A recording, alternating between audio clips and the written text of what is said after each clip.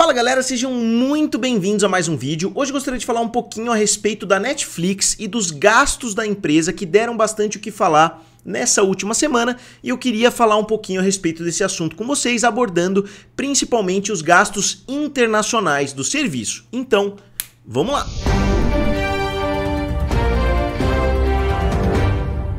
Então pessoal, eu sou o Felipe aqui do canal Guerra dos Streamings, também lá do canal F. Eu gostaria de falar um pouquinho com vocês a respeito dos gastos da Netflix, que no ano passado, que sempre está na faixa de 17, 15 bilhões de dólares, ou seja, a Netflix gasta um valor muito alto por ano, com conteúdo. Eles investem muito. Eu gosto bastante dessa forma da Netflix trabalhar, Não deu certo por muitos anos, eles dependeram de investimento, atrás de investimento, só que a partir do momento que começou a dar dinheiro, eles continuaram investindo muito em conteúdo. Eu não concordo tanto assim com eles pagarem por praticamente qualquer coisa. Foi uma estratégia que estava em andamento, algum tempo atrás. Então eles estavam literalmente jogando dinheiro para todos os lados. Agora eles deram uma enxugada nisso, o volume estava muito grande e agora eles estão equalizando cada vez mais os gastos em séries internacionais e em séries americanas. Quando eu digo séries, eu tô falando séries, filmes e etc, documentários e assim por diante. Então agora, em 2024, pela primeira vez na história da Netflix, o gasto internacional vai ser maior do que o gasto nacional. Quando eu falo nacional, obviamente eu estou falando gastos nos Estados Unidos. E por que isso é um ponto muito importante, um ponto de virada muito importante para a Netflix? Em primeiro lugar, o crescimento da empresa está sendo muito maior nos mercados internacionais do que no mercado norte-americano. Então a Netflix continua crescendo, só que bem pouquinho. Ela já atingiu um ponto de saturação nos Estados Unidos, enquanto o potencial ao redor do mundo é muito maior. Eles têm para onde crescer ao redor do mundo. Aqui no Brasil, por exemplo, a Netflix ainda tem muito espaço para crescimento. Obviamente que isso dependeria dos preços, porque o preço está bastante salgado, mas tem o plano com anúncios por R$18,90 que torna a Netflix mais acessível, mesmo que seja um plano longe do ideal. E pessoal, antes de continuar, eu queria falar para vocês, eu tô aprendendo aqui de forma bem rápida, eu baixei já uns 3 programas diferentes para fazer lives, eu vou começar a fazer lives para os membros, então se vocês quiserem, se tornem membros, vocês vão fazer parte do grupo de WhatsApp, vocês vão ter outros benefícios, às vezes eu lanço vídeos antecipados lá para os membros e a gente conversa bastante. E como eu disse, eu pretendo começar a fazer lives por lá, lives bem descontraídas, trocando ideias, respondendo perguntas, mas eu gostaria de convidar vocês a se tornarem membros. Vocês podem se tornar membros Max, Prime, Play e Plus. E esses números vieram à tona através da empresa Ampere Analysis. Na verdade é um relatório, eles estão fazendo uma estimativa do que o serviço de streaming vai gastar esse ano, só que a trend é justamente essa, A Netflix está seguindo esse caminho por alguns motivos diferentes. O primeiro, eu já citei para vocês, que é o crescimento da Netflix ao redor do mundo inteiro.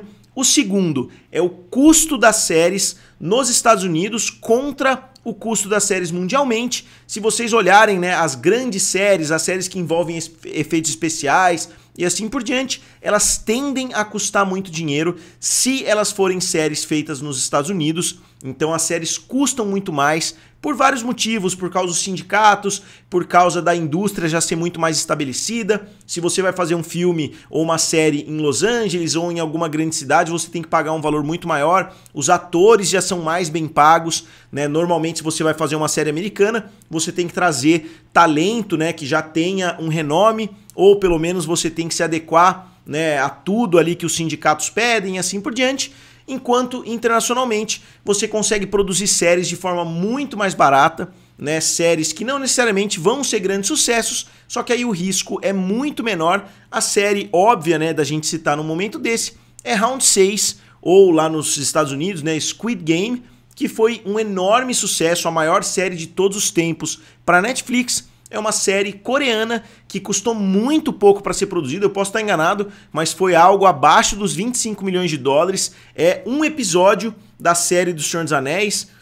Outros países também têm produções mais caras, a Inglaterra também tem produções que têm um preço um pouquinho mais salgado, mas eu acho que, no geral, vale a pena para a Netflix produzir mais conteúdo internacional. Outro motivo, né, que seria o terceiro motivo depois do crescimento, né, fora dos Estados Unidos, do custo, seria também o fato das pessoas já estarem mais adaptadas, tanto nos Estados Unidos quanto em outros países, a assistirem séries estrangeiras. Algum tempo atrás era algo surreal a gente imaginar que a maior série da Netflix seria uma série coreana. Obviamente já existia esse nicho, né? Já tinham pessoas que assistiam esse tipo de conteúdo, mas estava longe de ser o mainstream, né? Então é muito surpreendente a gente ver séries como essa se destacando bastante. A própria La Casa de Papel, né, que foi um sucesso absurdo na maioria dos países, além dos Estados Unidos, né? Os Estados Unidos não foi um país onde La Casa de Papel, ou lá acho que se chama Money Heist, é um nome bem genérico, né? Seria roubo de dinheiro.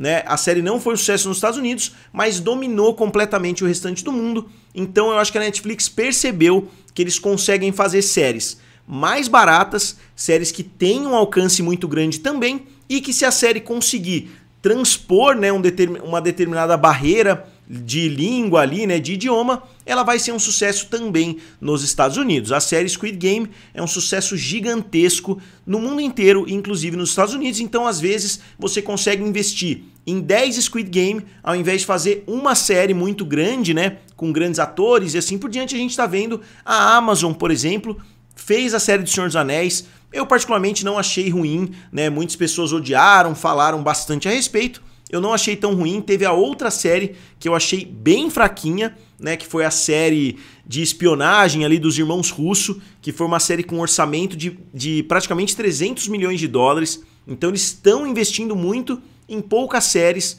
Obviamente eles estão fazendo séries também mais baratas, mas eu acho que a Netflix ela tem dinheiro suficiente para focar nos dois lados. Ela vai continuar fazendo Stranger Things, né, que tem um orçamento muito alto, mas ela tá focando também em séries menores. Eu acho que aquela época de sair jogando dinheiro para todo mundo acabou, mas a Netflix ela continua diversificando bastante e conforme ela vai crescendo ao redor do mundo, ela vai investindo em séries locais. E aqui é uma reportagem da Variety a respeito desse assunto, né, a respeito dos gastos internacionais versus os gastos nos Estados Unidos. A gente tem aqui, ó, 7,9 bilhões de dólares de um total de 15,4 bilhões vão ser produzidos fora dos Estados Unidos. Eu não sei se nesses 15,4 bilhões entram séries que são pagas ali, séries que são licenciadas, como por exemplo Grey's Anatomy, né? Não tá tão claro assim porque se esse for o caso, quer dizer que eles estão investindo muito mais nas séries internacionais, porque a maioria das séries licenciadas são justamente séries norte-americanas. Né, ó, isso significa que pela primeira vez a maioria do orçamento do streaming vai para conteúdo localizado, né, para conteúdo em mercados internacionais. Aqui eles colocam, né, qual vai ser entre 2022 a 2028 a previsão de aumento de investimento por região. Aqui obviamente pode ser um chute absurdo, né, mas eles estão prevendo, a Ampere Analysis, eles estão prevendo que na América do Norte, ou seja, Estados Unidos e Canadá, o investimento vai cair 21%, né, nesse período. Na Europa, ele vai ficar estabilizado. Aqui, MENA, Middle East e África, né, imagino eu, 2%. APEC, Asia Pacific, né, Ásia e Pacífico, 4%.